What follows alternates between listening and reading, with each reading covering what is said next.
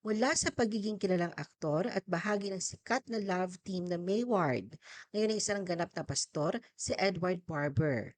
Tunghayan ang kanyang kahanga-hangang journey mula sa matinding hamon sa showbiz, personal na pakikibaka, hanggang sa pagtuklas na kanyang tunay na calling bilang alagad ng Diyos.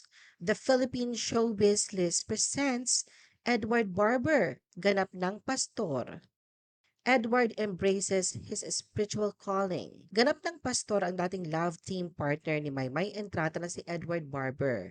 Isang yugto ng kanyang buhay na nagtataglay ng nakakaibang kahulugan at panibagong misyon. Sa kabila ng kanyang kasikatan sa showbiz, pinili ni Edward na yakapin ang tawag ng Diyos at pagsamahin ang kanyang public life sa personal niyang pananampalataya.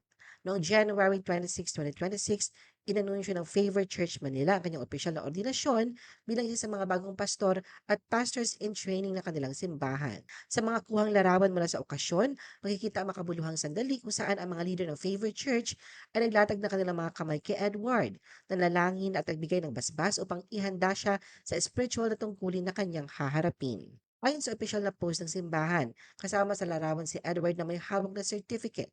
Sa ginanap na Leaders Advance, formal na inorden ang mga bagong pastor at pastors in training bilang pagkilala sa kanilang pagtugon sa tawag ng ministry at paghahanda sa kanila para sa gawaing ipinagkatiwala ng Diyos. Hinikayat ang lahat na isama sila sa panalangin habang sinisimula ng panibagong yugto ng kanilang ministry.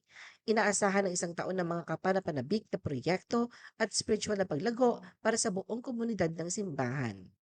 Edward's interest slowly turned to spirituality. Sa kabila ng patuloy na pag-usbong ng kanyang kasikatan, unting-unting napunta ang interest ni Edward sa spiritual at mas malalim na paghahanap ng kahulugan sa kanyang buhay. Hindi naglaon sa gitna ng pandemic noong 2020, mas bukas na ibinahagi sa publiko ang kanyang mga karanasan, lalo na ang kanyang mga personal na pakikibaka at ang paraan kung paano siya pinanatag ng pananampalataya. Sa panahong puno ng takot at kawalan ng katiyakan, natutunan niyang humarap sa mga hamon at stress sa pamamagitan ng paglalapit sa Diyos at dito niya nahanap ang kapayapaan at pag-asa na matagal niyang hinahanap. Ang kanyang spiritual na paglalakbay ay umabot sa isang mga pinakamahalagang yugto noong May 2021 nang isagawa niya ang kanyang pagbibinyag bilang Christian. Tinagurian niya itong kanyang mga most meaningful post na sa dami ng kahulugan at pagbabagong hatid nito sa kanyang buhay. Ang simpleng ritual na yun ay hindi lamang simbolo ng kanyang pananampalataya, kundi patunay na kanyang determinasyon na lumago bilang tao at bilang mananampalataya. Sa mga interview niya sa Real Talk at Kapamilya Journeys of Hope, ibinahagi ni Edward kung paano nakatulong sa kanya ang spirituality sa pagharap sa mga mahihirap na sitwasyon mula sa personal na kalungkutan hanggang sa stress at pangamba sa dulot ng pandemic. Sa kasalukuyan siya ang nag-host ng isang podcast na nakatuon sa pananampalataya at pinamagatang The Painfully Human. Edward revealed he found his calling in ministry. Noong July 2024 sa isang interview kay Bianca Gonzalez para sa TFC's BRGY, ibinahagi ni Edward ang kanyang mas malalim na pananaw sa buhay at ang kanyang pagtahak sa landas ng ministry. Saad niya, I really found my calling and some people might have assumed straight away na hosting ang calling. Dagdag pa niya, and I believe that it's a part of it, but I really see my calling in ministry. Ikinuwento rin niya kung paano pinatatag ng mga hamon at pagsubok ang kanyang pananampalataya.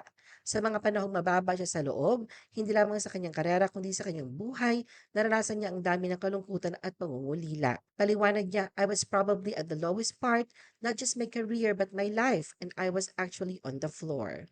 Sa ganitong mga sandali, siya ay tunay na tumawag sa Diyos at doon nagsimula ang mga pagbabago sa kanyang puso. Ramdam niya kakulangan sa kabila ng lahat ng tagumpay, mga proyekto, pera at kasikatan, na kahit na tila kumpleto sa paningin ng mundo, pakiramdam niya ay parang walang laman ang kanyang buhay. Sa pagninilay-nilay, natanto niya na ang kanyang pinapangarap na trabaho ay nasa ministeryo bilang isang lay pastor na may layuning gabayan at tulungan ang iba sa kanilang espiritual na paglalakbay. Kahit na maraming tao ang nagtanong o nag-alala na baka masayang na kanyang karera sa industriyang iniwan niya, matibay ang paniniwala ni Edward na sa huli, sa harap ng Diyos, hindi niya pakakitaan ang bilang ng mga proyekto o kasikatan, kundi ang paglilingkod at tunay na pagkilala sa Kanya. Sa kanyang puso, alam niya na narito siya upang makilala at paglingkuran ang Diyos at dito niya nakikita ang kanyang tamang lugar sa mundo.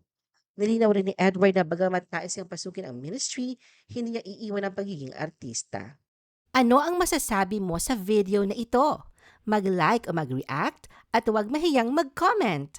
For our YouTube viewers, huwag kalimutan mag-subscribe at i-hit ang notification button. At para sa aming Facebook viewers, mag-like at follow sa aming Facebook page para updated ka sa mga showbiz chika.